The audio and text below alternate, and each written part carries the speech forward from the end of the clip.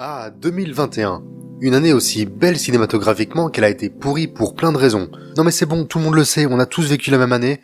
On est là pour parler ciné, pas pour le zapping. Vous l'avez peut-être remarqué, ça s'appelle pas Top 10 films 2021. Tout simplement parce que je vais parler de plus que 10 films. Ce sera comme ça tous les ans, je me limiterai pas et je mettrai dans cette vidéo annuelle tous les films qui, pour moi, méritent d'y être cités. Mais avant ça, quelques petites mentions honorables. Summertime de Carlos Lopez Estrada, à qui on devait déjà le puissant Blindspotting, est revenu cette année avec un film presque entièrement composé de rap et poèmes, une belle réflexion sur l'époque, dans un Los Angeles où le temps n'existe plus. La Nuée de Jus Philippot, métaphore brillante de la condition des exploitants agricoles, tout en restant un film de genre hyper efficace. La Snyder Cut de Justice League, parce que c'était quand même vachement mieux que l'étron filmique qu'avait pondu Whedon, et que c'était presque le meilleur film de super-héros de l'année. The Mitchell vs. The Machines, dernière folie de Lord et Miller, film d'animation à la fois délirant et touchant, disponible sur Netflix. Sainte Maud de Rose Glace, qui va en laisser pas mal sur la touche à cause de son style et sa lenteur, mais dont le dernier plan est l'un de ceux qui m'ont fait le plus plaisir cette année. Sound of Metal de Darius Marder, sorti en début d'année sur Amazon Prime en Belgique avec un Riz Ahmed bluffant dans le rôle de ce batteur qui perd petit à petit son audition. J'en avais parlé dans cette vidéo. Et enfin, le documentaire Il n'y aura plus de nuit, d'Eleanor Weber, composé uniquement d'images captées par des hélicoptères de combat, où la caméra est donc aussi le viseur. J'en dirai pas plus, mais c'est captivant, donc si vous en avez l'occasion, voyez-le. Ok, on va passer aux choses sérieuses. Cette année, j'ai gardé 14 films sur la petite centaine que j'ai vus, et on commence directement avec le numéro 14, The Card Counter, de Paul Schrader. Le film suit William Tell, joueur de poker anciennement militaire, qui fuit un passé qui lui a laissé pas mal de séquelles. Il va prendre sous son aile un jeune, et tenter de l'aider comme il peut, à se lancer dans la vie. Paul Schrader, c'est le scénariste de Taxi Driver, et ça se sent. Un gars avec un lourd passé qui veut sauver un gamin. Dans l'idée, on n'est pas loin du film de Scorsese. Mais Schrader ne se contente pas de juste recycler ses thèmes, remplaçant le taxi par du poker, la jeune prostituée par un indo paumé, et le Vietnam par des camps de torture. Mais propose un vrai personnage, campé par le versatile et plus charismatique que jamais Oscar Isaac, dans un scénario noir et désespéré, tout en offrant une leçon de mise en scène, comme dans les passages dans le camp, avec ce 360 degrés aplati totalement étouffant. Il est sorti fin décembre, donc il est peut-être encore en salle près de chez vous, alors si c'est le cas, foncez-y. Numéro 13, le dernier duel de Ridley Scott. Histoire de rester dans la thématique des vieux qui viennent donner des leçons de mise en scène à la jeune génération parfois peu inspirée, tonton Scott, il en a encore sous le coude. Je trouve ça incroyable que ce gars qui a passé les 80 ans nous sorte des scènes d'action pareilles. C'est violent, c'est réaliste, c'est sale, tout en restant totalement lisible. Pour moi, la première scène de bataille fait partie de ce qu'on a fait de mieux niveau action cette année. Au-delà de ça, parce qu'au final l'action ne représente pas le plus gros du récit, j'ai trouvé The Last Duel rudement malin. Divisé en 3 parties, il nous montre le point de vue des 3 protagonistes sur un viol au Moyen-Âge. Le point de vue du mari de la victime, celui de l'agresseur, et enfin celui de la femme. Comme ça, on pourrait penser que ce serait répétitif parce qu'il y a plusieurs scènes qu'on voit 3 fois. Et pourtant, pas du tout, parce que ce qui est intéressant ici, ce sont tous les détails qui différencient les versions. Une réaction, un regard, un sourire plus ou moins crispé, on se met à guetter les moindres changements afin de décrypter la vérité. Tout ça évidemment à mettre au crédit des acteurs et en particulier Jodie Comer qui livre l'une des prestations de l'année. Numéro 12, et j'ai même pas fait exprès, Julie en 12 chapitres, de Joachim Trier. Au vu des retours de Cannes et des critiques dithyrambiques, je m'attendais à un uppercut, à être touché au plus profond de moi par le propos du film, surtout qu'il avait tout pour me parler. C'est l'histoire de Julie, quelle surprise, qui est autour de la trentaine et qui se cherche dans tous les aspects de sa vie. Mis à part que je ne m'appelle pas Julie, en vrai, ça pourrait résumer ma situation actuelle. J'étais donc prêt à me reconnaître en elle, dans les situations, des dialogues, des réactions. Bon, si le film est dans cette liste, c'est bien sûr parce que je l'ai adoré. Mais parfois, on pense tellement qu'une œuvre est taillée sur mesure pour nous, que quand au final c'est juste, entre très gros guillemets, un excellent film, en sortant de la salle, j'ai pas pu m'empêcher d'être un peu déçu. Cela dit, le film a quelques scènes sublimes, visuellement magnifiques ou avec des idées fortes, comme lorsque le monde s'arrête quelques heures, ou bien sûr la fameuse scène où, en soirée, elle teste les limites de la tromperie. Finalement, c'est l'un des personnages masculins dont je me suis senti le plus proche. Celui-là qui, au détour d'une conversation sur un banc, vers la fin du film, m'a vraiment filé les gros frissons. Je reverrai Julie en 12 chapitres, peut-être avec moins d'attente, et je suis sûr que j'aimerais encore plus. Numéro 11 de Suicide Squad de James Gunn. Ouais, on change un peu de registre. Il est là le meilleur film de super-héros de l'année. Et si certains s'attendaient à ce que je parle de No Way Home, retournez voir ma critique. Évidemment que James Gunn aux commandes d'un film Suicide Squad, ça fonctionne. Évidemment que c'est 1000 fois mieux que celui de 2016. Déjà que l'original était une sorte de réponse de Warner à ce que Gunn avait fait du côté de chez Marvel. Ici, la boucle est bouclée. Et dès les premières scènes, on sait que ça va être réussi. C'est drôle, ça gicle, et aucun personnage n'est à l'abri. S'il doit mourir, il y passera.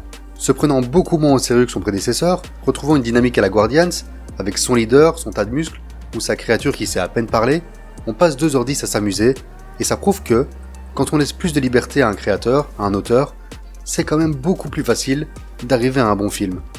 Numéro 10, One Night in Miami, de Regina King. Cassius Clay, futur Mohamed Ali, Malcolm X, le chanteur Sam Cooke et le footballeur Jim Brown discutent dans un motel. Non, c'est pas le début d'une blague raciste, c'est le postulat de départ d'un film que vous avez peut-être loupé, sorti en janvier sur Prime Video, One Night in Miami. Les 4 hommes se connaissent, mais tout ce qui se dit dans le film n'est que pure invention, ou plutôt une sorte d'imagination de ce qu'un débat entre ces 4 hommes à ce moment-là de leur vie aurait pu donner. Et franchement, je pourrais les écouter des heures. Chacun avec un parcours de vie différent, chacun avec des idées différentes, parfois d'accord avec l'un, parfois d'accord avec l'autre, parfois pas d'accord du tout. Le ping-pong verbal, principalement autour de la cause noire aux États-Unis évidemment, est brillant. Les 4 acteurs sont parfaits aussi, et le fan de Hamilton que je suis était plus que ravi de voir Leslie Odom Jr. au cinéma. Mais on en parlera cet été d'Hamilton.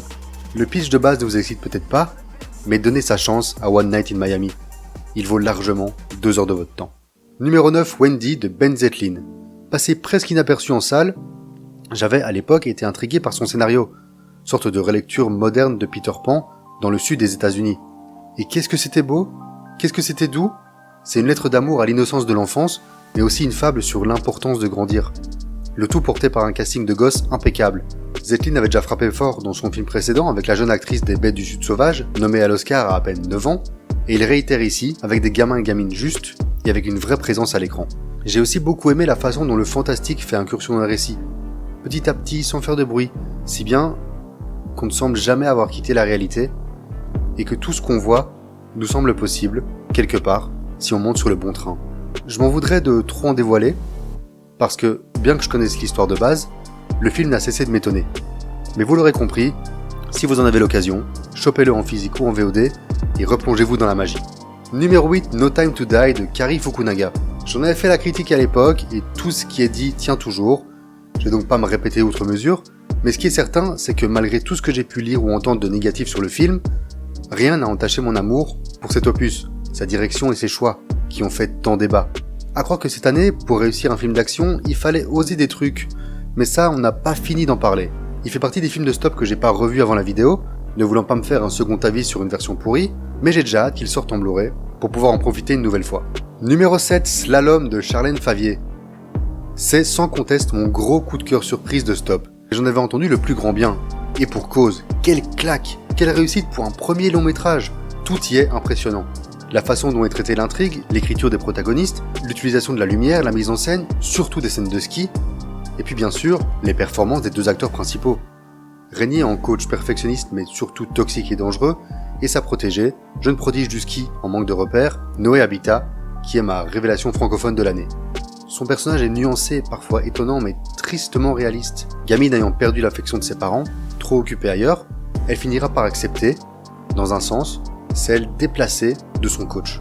De nouveau, je vais pas trop en dire pour rien déflorer, mais certaines phrases ou certains passages sont parmi les plus impactants que j'ai pu voir cette année. Numéro 6, Tic Tic Boom de Lin-Manuel Miranda. Si je devais citer une seule personne qui a durablement marqué mon année 2021, ce serait cet homme, Lin-Manuel Miranda. Parce que oui, j'ai découvert Hamilton et c'était merveilleux, mais Hamilton ce sera pour cet été. Du coup, j'attendais beaucoup de son premier long métrage en tant que réalisateur. Ça se passe à New York, ça chante, il y a Andrew Garfield.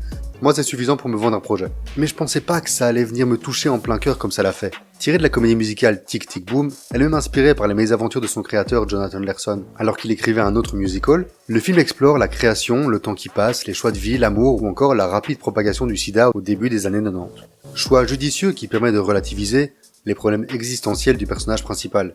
Je ne connaissais pas Jonathan Larson. Je connaissais son œuvre la plus connue, Rent, de nom, mais c'est tout. Et même sans avoir aucun code, sans rien connaître de sa vie, j'ai tout ressenti. Parce que c'est un mec qui court après le temps, qui voit son âge avancer et, à l'aube de ses 30 ans, se rend compte qu'il n'y est toujours pas arrivé, qu'il n'a pas encore percé, qu'il est toujours coincé dans son diner alors qu'il devrait être à Broadway. Il perd du temps et va finir par être à court. Tout le monde a beau lui dire que 30 ans c'est pas la fin du monde, la vie finira par lui donner raison, puisqu'il décédera subitement à 35 ans, juste avant que Rent ne débute sur Broadway. Je vous rassure, le film est beaucoup plus joyeux et drôle que son destin. C'est porté à bout de bras par Garfield qui chante, danse, irradie l'écran. C'est plein de chansons mémorables qui tournent en boucle depuis mon visionnage. Ça donne envie de créer, de bouger, de pas laisser la vie vous passer devant le nez. C'est inspirant et libérateur. Et en plus, c'est dispo sur Netflix. Donc vous avez vraiment aucune excuse. Sauf si vous supportez pas les comédies musicales. Mais si c'est le cas, vous risquez de pas être fan de la suite de Stop.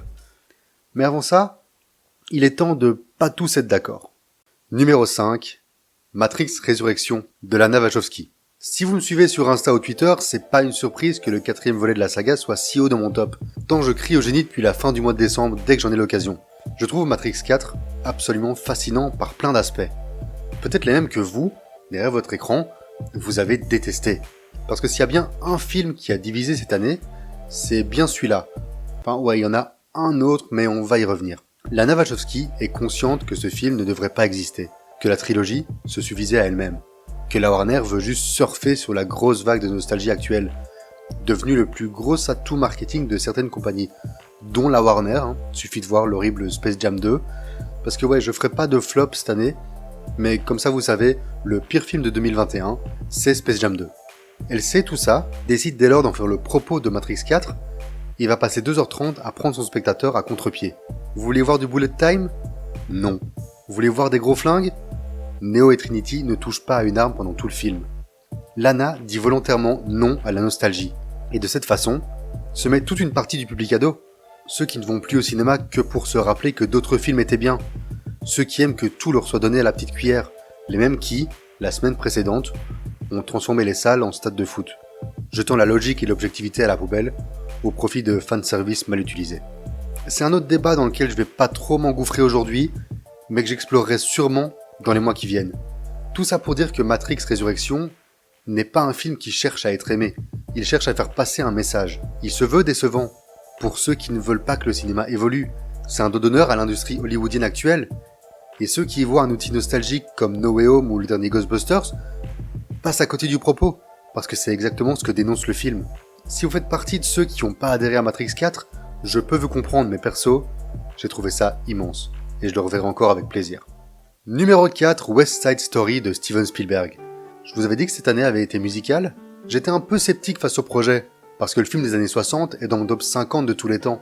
Mais dès les premières images, les premiers trailers, les premières notes de musique, mes craintes se sont envolées. C'est Spielberg, il sait ce qu'il fait, et il allait pas venir avec un projet pareil sans avoir une idée en tête. Le scénario ne change pas, les chansons non plus, mais c'est dans sa mise en scène que cette version de 2021 va tout faire exploser. Là où la version de Wise était plutôt statique et parfois plan-plan, la caméra de Spielberg est toujours en mouvement, dynamisant encore plus les chorégraphies, racontant autant l'histoire que les chansons, les dialogues ou les regards. Et que dire du casting, composé principalement de têtes à peine connues, mais qui sont tous parfaits. Ariana DeBose vole toutes les scènes dans lesquelles elle est, et devrait, si le monde est juste, partir avec l'Oscar du meilleur second rôle. Mike Faist et David Alvarez sont sans aucun doute promis à de grands avenirs. Il est très compliqué de concevoir que c'est le premier rôle au cinéma de Rachel Zegler, dont elle scintille dans le rôle de Maria, et Ansel Elgort, de loin le moins impressionnant, fait ce qu'il peut et ce qu'il doit. Et enfin, revoir Rita Moreno, la Anita de 61, dans un autre rôle, est une idée brillante et touchante. Il n'est pas pour moi au niveau du film de Wise, à cause d'un petit déficit en émotion lors du final ou de la rencontre. Mais qui sait, peut-être qu'après revisionnage. Malgré tout, ce West Side Story est mon 4e film préféré de 2021. Numéro 3, Annette, de Léos Carax. Quel bordel ça a été pour voir Annette en salle. Sorti en France pendant le Festival de Cannes, il a fallu attendre septembre pour qu'il se distribue en Belgique. Du coup, pendant mes vacances, j'ai fini par aller le mater à Madrid, avec des sous-titres en espagnol. Ouais, c'était toujours mieux que rien. Et déjà à ce moment-là, j'avais beaucoup aimé, de par la mise en scène de Carax, avec 1000 idées à la minute, la prestation de Driver dont les passages sur scène me font beaucoup penser à du Bo Burnham, et j'adore Bo Burnham, l'idée de faire d'Annette littéralement un pantin, et pas un vrai enfant, révélateur de son futur, et puis la musique, composée par les Sparks. Si mes préférés sont Sympathy for the Abyss et Stepping Back in Time, que je peux écouter tous les jours, il se passe quelque chose d'unique lorsque je vois le passage de We Love Each Other So Much. C'est l'un des rares moments de cinéma qui me fout des papillons dans le ventre, comme s'il avait encapsulé le sentiment amoureux et me le renvoyait par l'image et le son. Je me l'explique pas vraiment, mais c'est fort. C'est l'un de ces films où les mots me manquent, l'un de ces films qui doit se vivre, dans les meilleures conditions possibles. Un tourbillon d'émotions comme cette caméra autour du chef d'orchestre, une grande œuvre dont notre horreur Léos Carax a le secret. Mais si c'est pour nous sortir des choses comme Annette ou Holly Motors, prends toujours ton temps Léos. Numéro 2, The Green Knight de David Lowery. Et là, je sais que pas mal d'entre vous sont dubitatifs. Ouais, ça fait depuis que je l'ai vu que je dis que The Green Knight est mon film de l'année 2021. Et je le pensais réellement. Plus grosse expérience en salle de l'année, parce que oui, ici le film est sorti en 2021 et en salle. Désolé amis français, j'avais été le voir 2 fois en quelques jours. Et dès les premiers instants, c'est la claque visuelle. Cette silhouette sur un trône qui va subitement s'embraser. Le film a débuté depuis quelques secondes, notre rétine est déjà imprégnée d'un plan mémorable et on sait qu'on est devant quelque chose de rare. Et c'est pas prêt de s'arrêter. Pendant 2h10, David Lowery et son directeur photo vont compiler les séquences magnifiques, les cadrages millimétrés, les décors immenses, les châteaux majestueux et les couleurs somptueuses, tout en n'oubliant pas de raconter une histoire avec chaque mouvement de caméra. Ce n'est pas juste de l'esthétisme creux. Ici, pas de guerre, peu de violence, aucune bataille si ce n'est celle qui se trame dans l'esprit de Gauvin, à la recherche de ce à quoi il aspire réellement. Souvent seul, Dev Patel livre sa performance la plus convaincante depuis longtemps, alors que Alicia Vikander et Joel Edgerton ne sont pas en reste, dans des rôles aussi importants que mystérieux.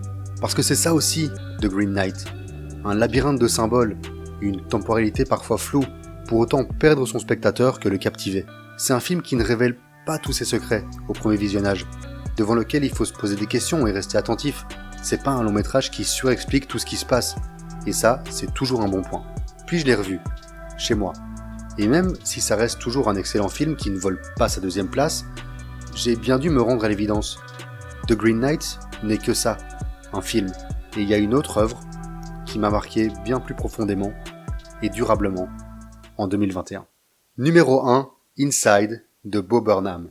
Je peux pas faire autrement, c'est le média qui aurait eu le plus d'impact et d'importance sur ma vie, sorti en 2021.